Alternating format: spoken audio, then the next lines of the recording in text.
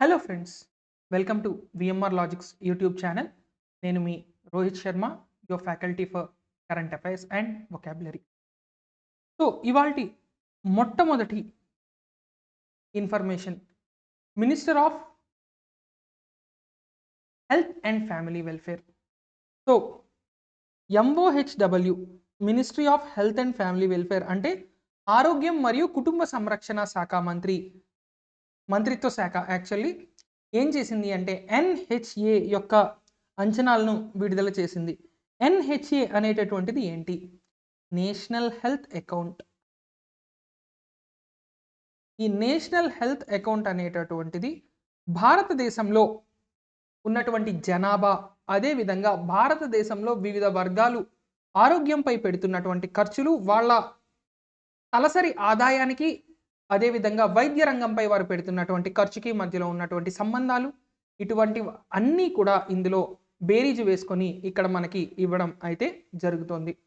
So వరుసగా 5వ సంవత్సరం ఈ NHA report, national health account అనేటటువంటి రిపోర్ట్ని విడుదల చేయడం జరిగింది.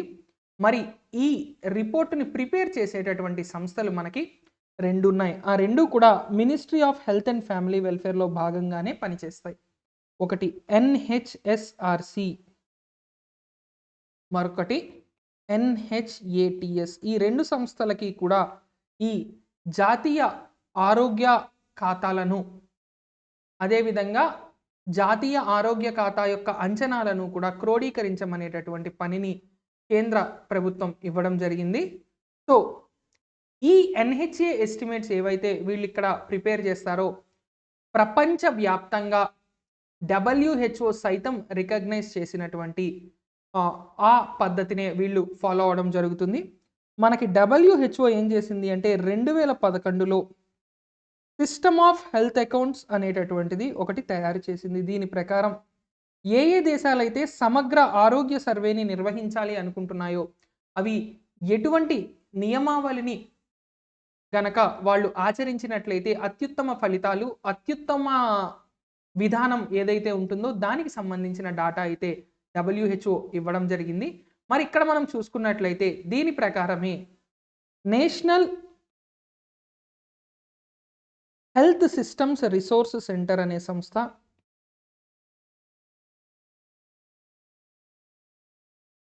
అదేవిధంగా national health accounts technical secretariat, ఈ రెండు సంస్థలు కూడా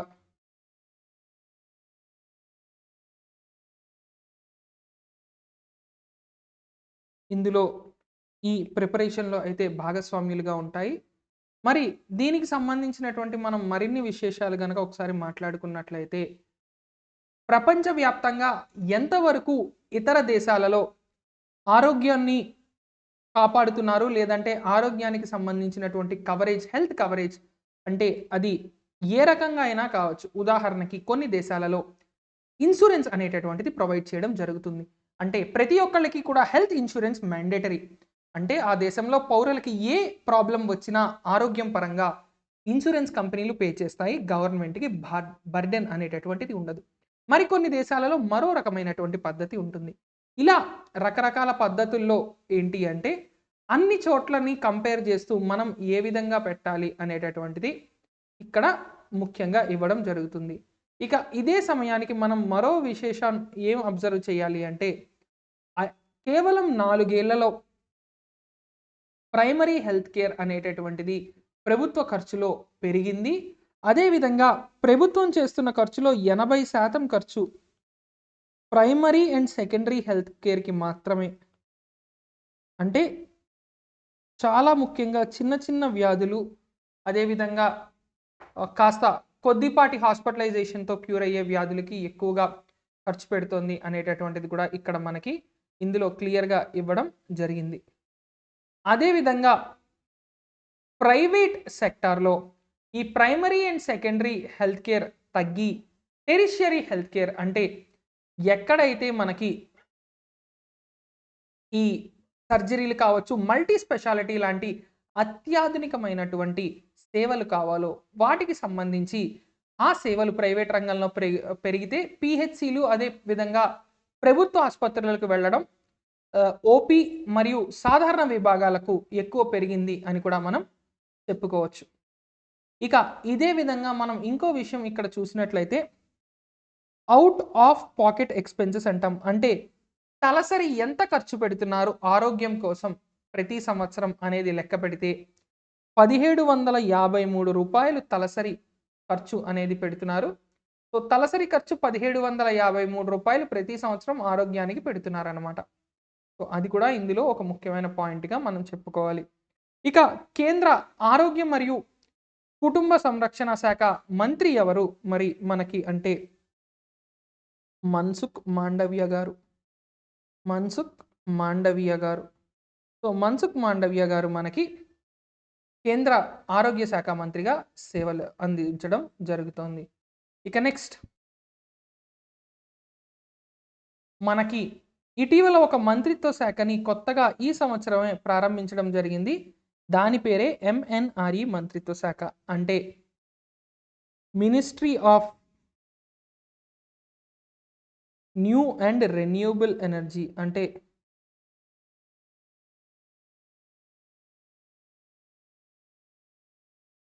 so new and renewable energy ఏ రకంగా మనం దానికి సంబంధించినటువంటి అనేక అంశాలని అధ్యయనం చేయాలి, వాటిని ఏ విధంగా ఒక సమతుల్యం పాటిస్తూ కర్బన ఉద్గారాలను తగ్గిస్తూ శిలాజ ఇంధనాలను తగ్గిస్తూ కన్వెన్షనల్ ఫాజిల్ బేస్డ్ ఫ్యూయల్స్ని తగ్గిస్తూ మరి ఏ రకంగా ముందుకెళ్ళాలి అనేటటువంటిది ఇందులో డిస్కస్ చేయడం జరిగింది.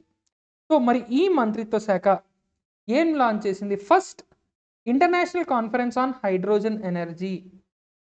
హైడ్రోజన్కి సంబంధించినటువంటి మొట్టమొదటి అంతర్జాతీయ సదస్సుని ఆర్గనైజ్ చేయడం జరిగింది. సో మరి దీనికి సంబంధించిన థీమ్ ఏంటి అంటే first international conference on hydrogen energy. ఇది పేరులోనే ఉంది. దీనికి సంబంధించినటువంటి పాలసీస్ అంటే ప్రభుత్వ విధానాలు, ఇన్ఫ్రా డెవలప్మెంట్ అంటే ఏ విధంగా మౌలిక వసతులు అభివృద్ధి చేస్తాం, అండ్ ఛాలెంజెస్ అదేవిధంగా ఎదుర్కొనబోయే సవాళ్ళు. మరి ఈ సదస్సు ఎక్కడ జరిగింది? న్యూఢిల్లీ, భారతదేశ రాజధాని న్యూఢిల్లీలో జరిగింది. మరి ఎవరు ఆర్గనైజ్ చేశారు? సిబిఐపి. ఇది ఒక కేంద్ర ప్రభుత్వ సంస్థ. Central board of irrigation and power.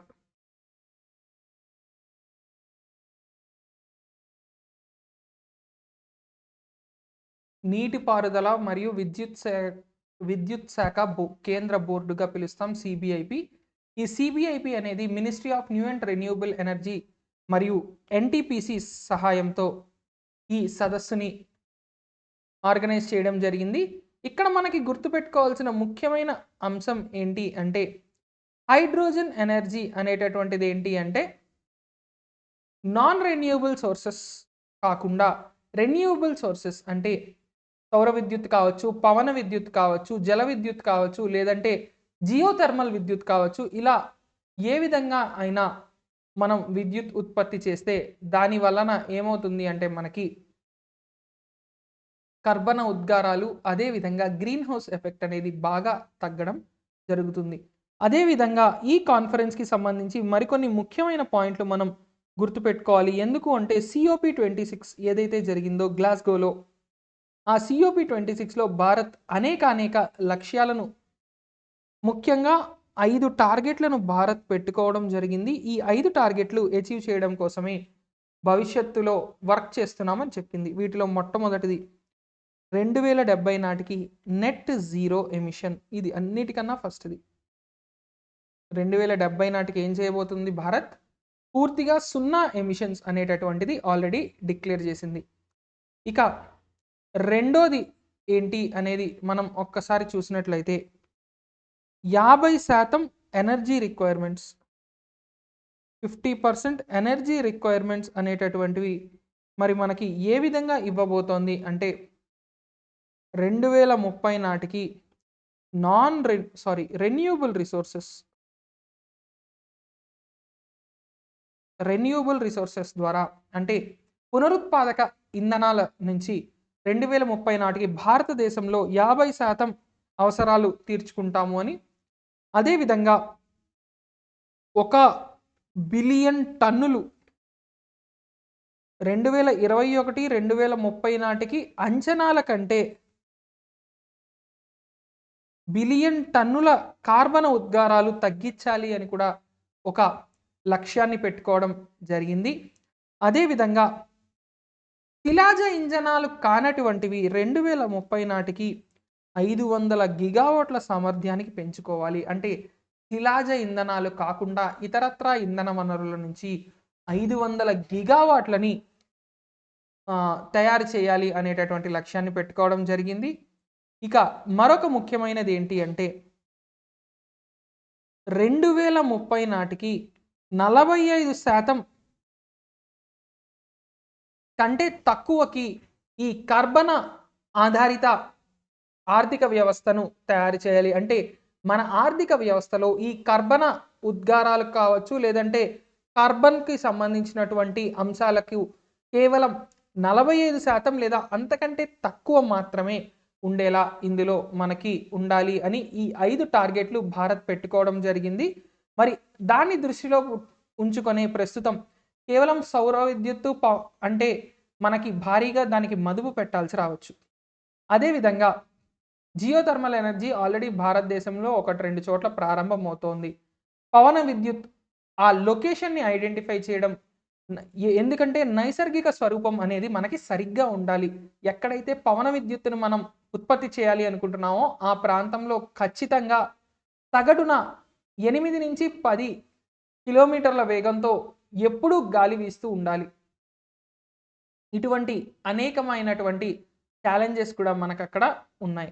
So అందుకే మరి హైడ్రోజన్ ఆధారిత ఇంధనాలపై ఎక్కువగా ప్రస్తుతం మన రాష్ట్రం, మన దేశం మొగ్గు చూపడం జరుగుతోంది. సో అందుకే హైడ్రోజన్ పాలసీ అంటాం. అంటే హైడ్రోజన్ ఫ్యూయల్స్ అనేటటువంటివి కూడా ఇటీవల కాలంలో మనకి బాగా ఎక్కువగా ప్రాచుర్యంలోకి వస్తున్నాయి. ఇవి ఇంకా డెవలప్డ్ స్టేజ్లోనే ఉంది. అంటే ఒక 15-20 సంవత్సరాల తర్వాత మనకి మంచి ఇవి రావచ్చు, కానీ ప్రస్తుతం అయితే ఏం వచ్చే ఛాన్స్ లేదు. కానీ ఇదైతే ఒక ముఖ్యమైన విషయంగా మనం గుర్తుపెట్టుకోవాలి. ఇక నెక్స్ట్, వారణాసి భారతదేశంలోనే రోప్వే సర్వీసు ద్వారా సాధారణ రవాణా, పబ్లిక్ ట్రాన్స్పోర్ట్, ప్రజా రవాణా వ్యవస్థలో రోప్వేలను ఉపయోగించబోయే మొట్టమొదటి నగరంగా రికార్డు సృష్టించబోతోంది. సో వారణాసిలో ఏం చేయబోతున్నారు? ప్రజా రవాణా వ్యవస్థలో రోప్వే సర్వీస్ను ప్రారంభించబోతున్నారు. మొదటి నుంచి నన్ను ఫాలో అయ్యే వాళ్ళకి మీ అందరికీ గుర్తొచ్చే ఉంటుంది. మనం ఎప్పుడైతే ఈ ప్రపోజల్ ఫైనలైజ్ అయింది, అదేవిధంగా కొంతవరకు ఫినిషింగ్ అయింది అని వార్తల్లో నిలిచిందో ఆ 2 సార్లు మనం దీన్ని డిస్కస్ చేసాం. మరి వారణాసి జంక్షన్ రైల్వే స్టేషన్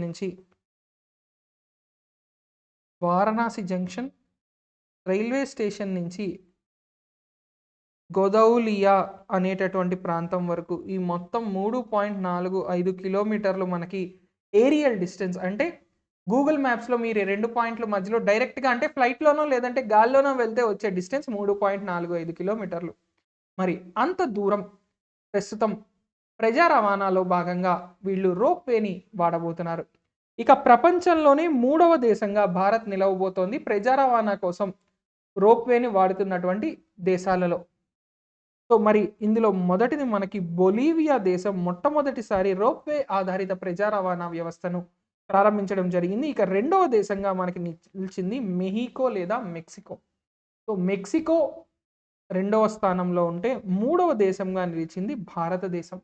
ఈ 3 దేశాల్లో మాత్రమే ఏంటి అంటే మనకి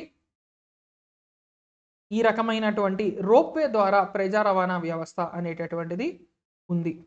సో ఇది చాలా ముఖ్యమైనటువంటి అంశంగా మనం గుర్తుపెట్టుకోవాలి.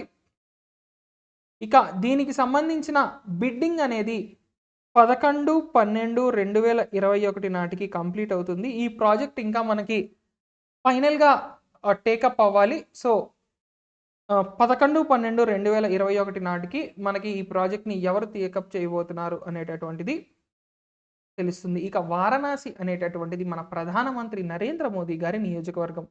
ఆ విషయాన్ని మనం ఇక్కడ ఖచ్చితంగా గుర్తుపెట్టుకోవాల్సిన అవసరం ఎంతైనా ఉంది. మరి మన ప్రధానమంత్రి నరేంద్ర మోదీ గారి నియోజకవర్గం కాబట్టి ఫోకస్ ఎప్పుడూ అక్కడే ఉంటుంది కాబట్టి చాలా ముఖ్యమైనదిగా మనం ఇది చెప్పుకోవాలి. ఇక నెక్స్ట్, ప్రపంచంలోనే అత్యంత ఎత్తైనటువంటి బ్రిడ్జ్ పైర్ అనేటటువంటిది మణిపూర్‌లో రాబోతోంది. బ్రిడ్జ్ పైర్ అంటే ఈ రకంగా బ్రిడ్జ్ ఉంటుంది. కన్‌స్ట్రక్షన్ మనకి బ్రిడ్జ్ ఈ రకంగా ఉంటే దాన్ని బ్రిడ్జ్ పైర్ అని మనం పిలుస్తాం. సో, ప్రపంచంలోనే ఎత్తైన రైల్వే బ్రిడ్జ్ పైర్ అనేటటువంటిది మనకి మణిపూర్‌లో రాబోతోంది. మరిది ఎక్కడ అంటే మణిపూర్ రాష్ట్రంలో ఇజాయ్ నది, నోని వ్యాలీ. మరి ఎంత ఎత్తు? 141 మీటర్ల ఎత్తులో ఇది నిర్మించడం జరుగుతోంది. ఇక ఇది మరి ఎక్కడ అంటే 111 కిలోమీటర్ల పాటు ఒక కొత్త రైల్వే మార్గాన్ని నిర్మించబోతున్నారు. దాని పేరే జిరీబామ్ ఇంఫాల్. మణిపూర్ రాజధాని ఇంఫాల్ వరకు కూడా రైల్వే కనెక్టివిటీ ఇవ్వాలి. ఎందుకంటే మనకి అగర్తలా, గౌహతి, డిబ్రూగఢ్ మొత్తం ఈశాన్య భారతదేశంలో ఈ 3 ప్రాంతాలు మాత్రమే మనకి రైల్వే కనెక్టివిటీలో కాస్త ముందున్నటువంటివి. అసాన్సోల్ లాంటివి కొన్ని ఉన్నప్పటికీ అవి మనకి ఈశాన్య భారతంలోకి పూర్తిగా ఉండవు. డార్జిలింగ్‌లో కూడా ఉంది, కానీ మనకి ముఖ్యమైనటువంటివి ఏవి అంటే ఇవే.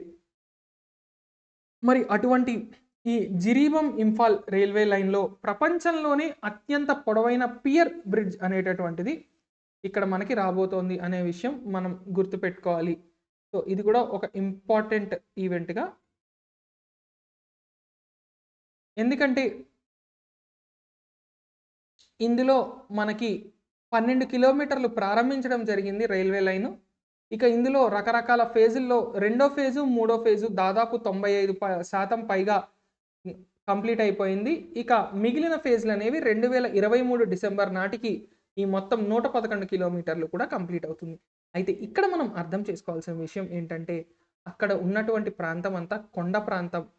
61% ఈ రైల్వే లైన్‌లో మొత్తం మనకి టన్నెల్స్ గుండా అంటే సొరంగ మార్గాల గుండా వెళ్తుంది. కాబట్టి చాలా చాలా ముఖ్యం. ఇదే గనక కంప్లీట్ అయితే 12 గంటలు పట్టే జర్నీ 2 గంటల్లో కంప్లీట్ అయిపోతుంది. ఈ 2 ప్రదేశాలకి మధ్యలో 220 కిలోమీటర్లు. ప్రస్తుతం 10-12 గంటలు పట్టేది 2-2.5 గంటలు పడుతుంది. అంటే మీరు అర్థం చేసుకోవచ్చు ఏ మేరకు మనకి టైం అనేటటువంటిది తగ్గుతుంది అనేటటువంటిది. ఓకే. ఇక next, first CSC focused operation between maritime security agencies of India, Maldives and Sri Lanka. So మరి సిఎస్సి అంటే Colombo security conclave, Shanghai cooperation organisation లాంటిది. Colombo security conclave. ఈ కొలంబో సెక్యూరిటీ కాన్క్లేవ్ అనేటటువంటిది మరి మనకి దేనికి సంబంధించింది అనే డౌట్ కూడా మీకు రావచ్చు. So Colombo security conclave focused operation అనేటటువంటిది 3 దేశాలు భారత్, మాల్దీవులు మరియు శ్రీలంక యొక్క ఒక ట్రైలాటరల్ సదస్సుగా చెప్తాం. అంటే 3 దేశాలు కలిపి భాగస్వామ్యాన్ని పొందినటువంటి ఒక సదస్సు. ఇందులో ముఖ్యంగా ఏంటి అంటే ఇండియన్ ఓషన్ రీజియన్, హిందూ మహాసముద్ర ప్రాంతం. ఈ హిందూ మహాసముద్ర ప్రాంతం అనేటటువంటిది చాలా సెక్యూర్‌గా, సేఫ్‌గా కమర్షియల్ షిప్పింగ్‌కి లేదా అంతర్జాతీయ ట్రేడ్ అంటే అంతర్జాతీయంగా ఉన్నటువంటి వాణిజ్య సదుపాయాలకి, అదేవిధంగా ఇతరత్ర విశేషాలలో కూడా మనకి చాలా ఎక్కువగా ముఖ్యమైనటువంటి ప్రాంతంగా మనం చెప్తాం. మరి ఆ ప్రాంతంలో న్యాయంగా ఏ దేశాలకి అధికారం ఉంది అంటే భారత్, మాల్దీవులు, శ్రీలంక. కానీ ఇతర దేశాలు చైనా లాంటివి వచ్చి చాలా ఎక్కువగా అక్కడ తమ ఆధిపత్యాన్ని చెలాయించాలి అని చూస్తున్నాయి అని ఈ 3 దేశాలు కూడా తరచూ సమావేశాలు నిర్వహించి వీళ్ళు మరొక ముఖ్యమైనటువంటి ప్రాంతం కూడా ఇక్కడ డెవలప్ చేసుకున్నారు. అదే ఎక్స్క్లూజివ్ ఎకనామిక్ జోన్స్.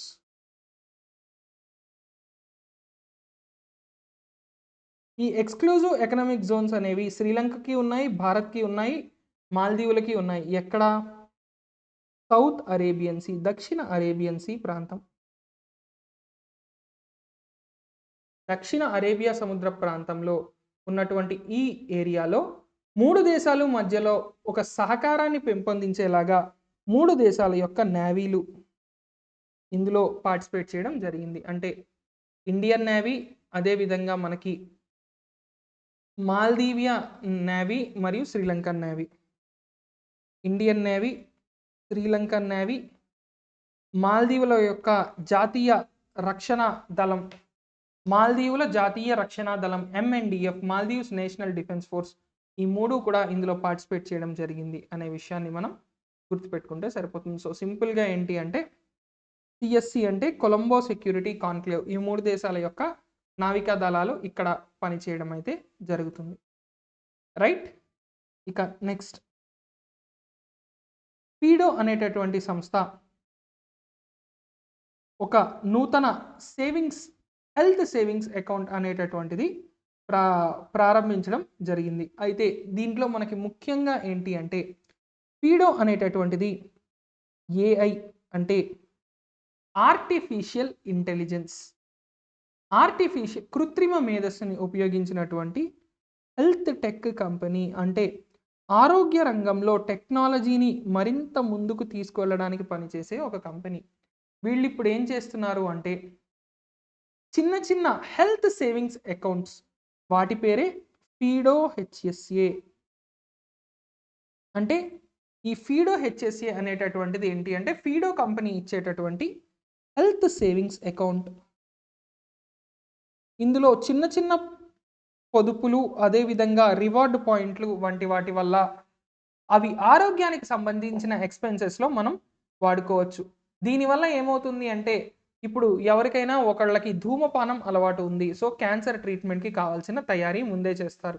లేదా మరొకరికి ఏదైనా ఒక చిన్న ఎయిల్మెంట్ మొదలవుతోంది, ఏదైనా ఒక చిన్న ఇబ్బంది మొదలవుతోంది, దానికి సంబంధించినటువంటివన్నీ ప్లాన్ చేసుకొని, అంటే భవిష్యత్తులో మనకి ఇటువంటి రోగాలు ఏవైనా వచ్చే ఛాన్స్ ఉంది కాబట్టి దానికి ఇప్పటి నుంచే డబ్బులు రెడీ చేసుకోవాలి అనేటటువంటి ఒక ప్లాన్. ఇందులో తప్పు లేదండి. ఇది కొన్ని దేశాల్లో చాలా చాలా బాగా వర్కౌట్ అయినటువంటిది. ఎందుకంటే పాలసీ ఇన్సూరెన్స్, మనం మెడికల్ ఇన్సూరెన్స్ తీసుకున్నప్పటికీ కూడా ఒక్కొక్కసారి ఏమవుతుంది అంటే ఆ కంపెనీలు, మెడికల్ ఇన్సూరెన్స్ కంపెనీలకు, హాస్పిటల్స్కు సరిగ్గా పొంతన కుదరక చుక్కలు కనిపిస్తాయి. లిటరల్గా మనం చెప్పుకోవాలి అంటే నరకం చూపిస్తాయి ఇటు హాస్పిటల్స్, అటు ఇన్సూరెన్స్ కంపెనీలు.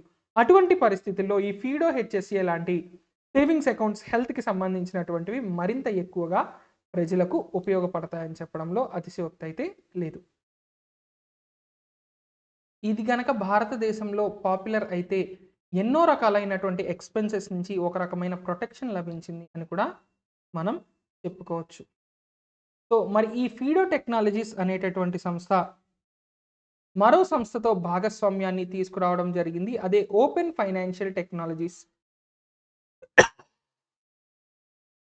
సో ఇవి రెండు కూడా మనకి ఏంటి అంటే ఈ కొత్త రకమైనటువంటి ఆర్థిక సేవలు, అంటే ఆరోగ్యాన్ని బేస్ చేసుకున్నటువంటి ఆర్థిక సేవలను తీసుకురావడం జరిగిందని గుర్తుపెట్టుకోవాలి.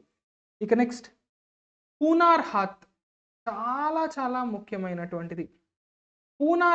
ఈ హునార్ హాత్ అనేటటువంటిది మనకి ఒక చాలా పెద్ద ఫెస్టివల్గా మనం చెప్పుకోవాలి. 33వ హునార్ హాత్, దీన్నే ఇండియా ఇంటర్నేషనల్ ట్రేడ్ ఫేర్ అంటారు.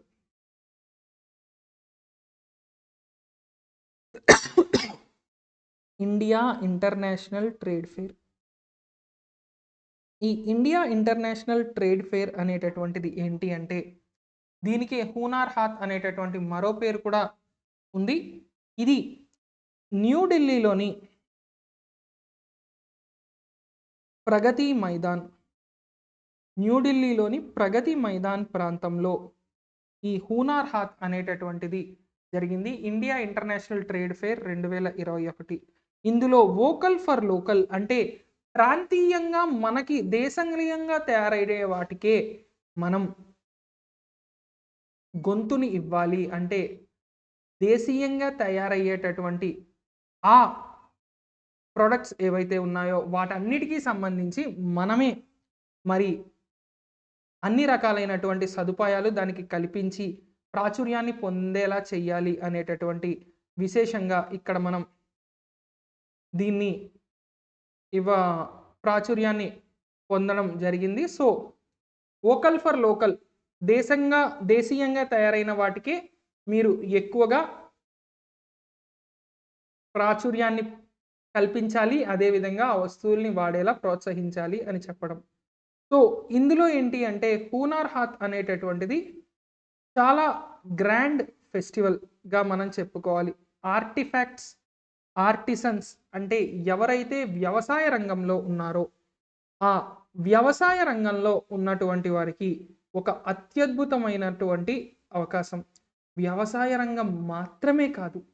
వ్యవసాయ రంగం కంటే మరీ ముఖ్యంగా ఇక్కడ హస్తకళలు, చేనేతలు ఇలా కళలు, నైపుణ్యాన్ని ఏవైనా వస్తువు రూపంలో తయారు చేయగలిగేటటువంటి ఎన్నో టెక్నిక్స్ బుట్టలు తయారు చేయడం దగ్గర నుంచి బుట్ట బొమ్మలు తయారు చేయడం వరకు అంటే అల్లికతో చేసేటటువంటి ఆ బుట్టలు మనకి ప్లాస్టిక్ బ్యాగ్స్‌కి ఆపోజిట్‌గా ఏ రకంగా నిలుస్తుంది అనే పాయింట్ దగ్గర నుంచి ఎన్నో ప్రాచీనమైనటువంటి మెళకువలతో ఎన్నో రకాలుగా భారతదేశంలో ఆ క్రాఫ్ట్స్, ఆర్ట్స్ అనేటటువంటివి మనకి ఉన్నాయి. ఆ కళలు వాటిని పెంపొందించడమే వీళ్ళ యొక్క ఉద్దేశం. ఇక వచ్చే సంవత్సరం ఈ హునార్ హాత్ అనేది 11-20 డిసెంబర్ ఈ సంవత్సరం 2021లో సూరత్‌లో జరగబోతోంది. అదేవిధంగా వచ్చే సంవత్సరం 2022 జనవరి 2 వరకు కూడా మళ్ళీ జరగబోతోంది. ఈ సంవత్సరం 21 డిసెంబర్ నుంచి. సో, ఇది మళ్ళీ న్యూఢిల్లీలో జరగబోతోంది. అయితే ఈ హునార్ హాత్‌ని మరి ఏ మంత్రిత్వ శాఖ నిర్వహిస్తుంది అంటే మైనారిటీ అఫైర్స్. ఎందుకు అంటే హునార్ హాత్‌లో 199% ఈ ప్రదర్శన అంతా కూడా ఎవరైతే మైనారిటీలున్నారో వాళ్ళ అభివృద్ధి కోసమే ఎక్కువగా దీన్ని ఫోకస్ చేశాం అనేటటువంటి అంశాన్ని కూడా ఇక్కడ మనం గుర్తుపెట్టుకోవాలి. ఇక నెక్స్ట్ సాస్కాన్ మెడిటెక్ కేరళ ఆధారిత ఈ స్టార్టప్ ఫార్మా మరియు medical device startup India grand challenge 2021 అనేటటువంటి ఈ పోటీలో గెలుపొందడం అయితే జరిగింది. సో, సాస్కాన్ మెడిటెక్ ప్రైవేట్ లిమిటెడ్. మరి ఈ ఛాలెంజ్‌ని ఎవరు ఆర్గనైజ్ చేశారు అంటే ఎప్పుడైనా గుర్తుపెట్టుకోండి ఫార్మా అనేటటువంటిది భారతదేశంలో ఆరోగ్య మంత్రిత్వ శాఖ కింద ఉండదు. మరి ఏ మంత్రిత్వ శాఖ కింద ఉంటుంది? రసాయనాలు మరియు ఎరువుల మంత్రిత్వ శాఖ.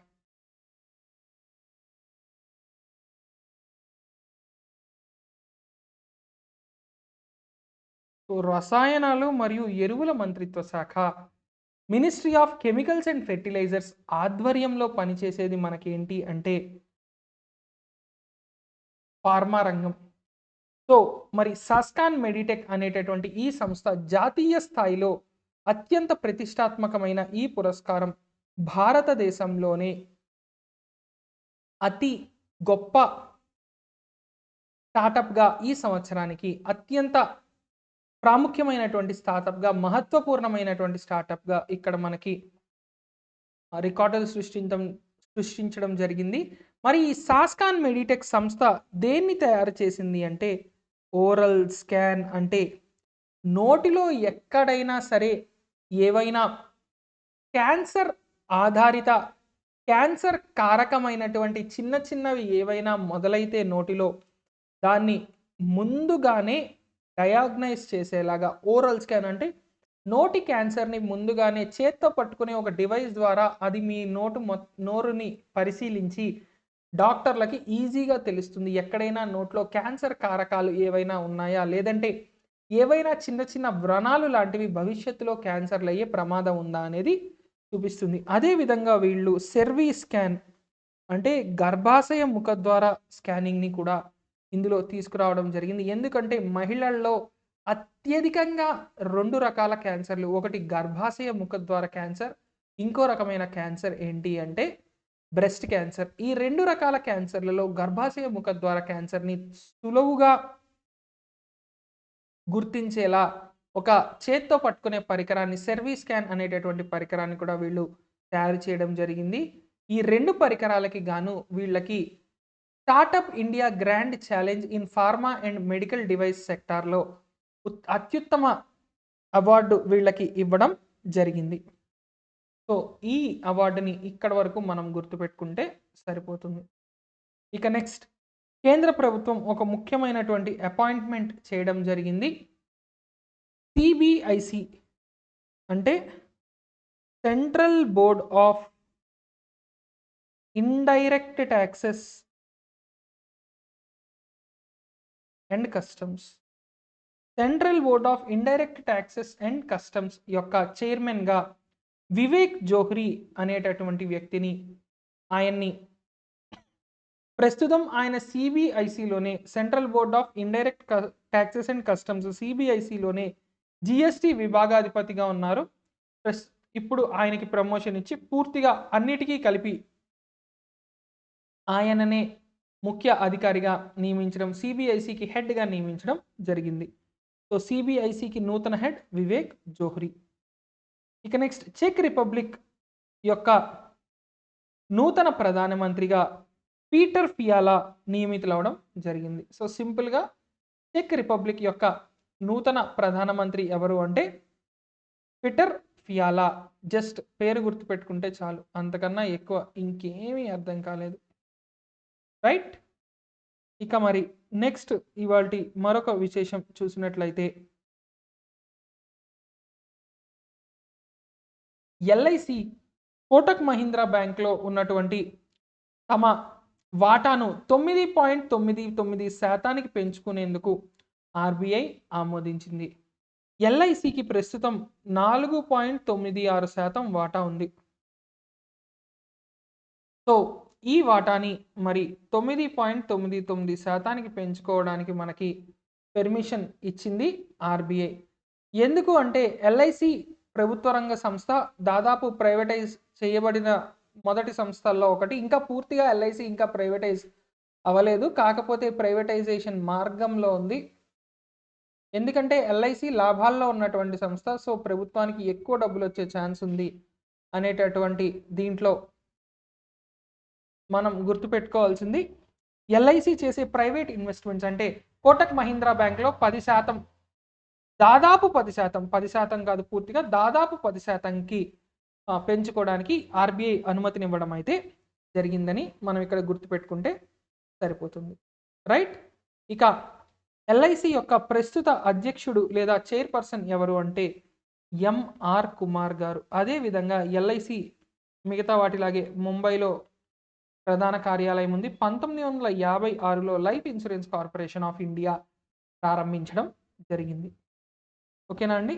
ఇక నెక్స్ట్ ఏటీపీ ఛాలెంజర్స్. ఏటీపీ అంటే పురుషుల టెన్నిస్ యొక్క అత్యుత్తమ సంస్థ. క్రికెట్కి ఐసీసీ ఎలాగో ఏటీపీ అనేది పురుషుల టెన్నిస్కి ఆ విధంగా.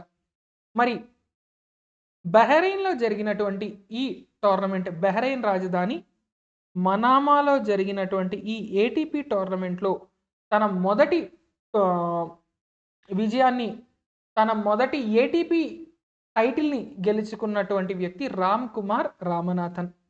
రామ్ కుమార్ రామనాథన్ తొలిసారి ఒక ఏటీపీ సింగిల్స్ టైటిల్ని గెలుచుకోవడం జరిగింది.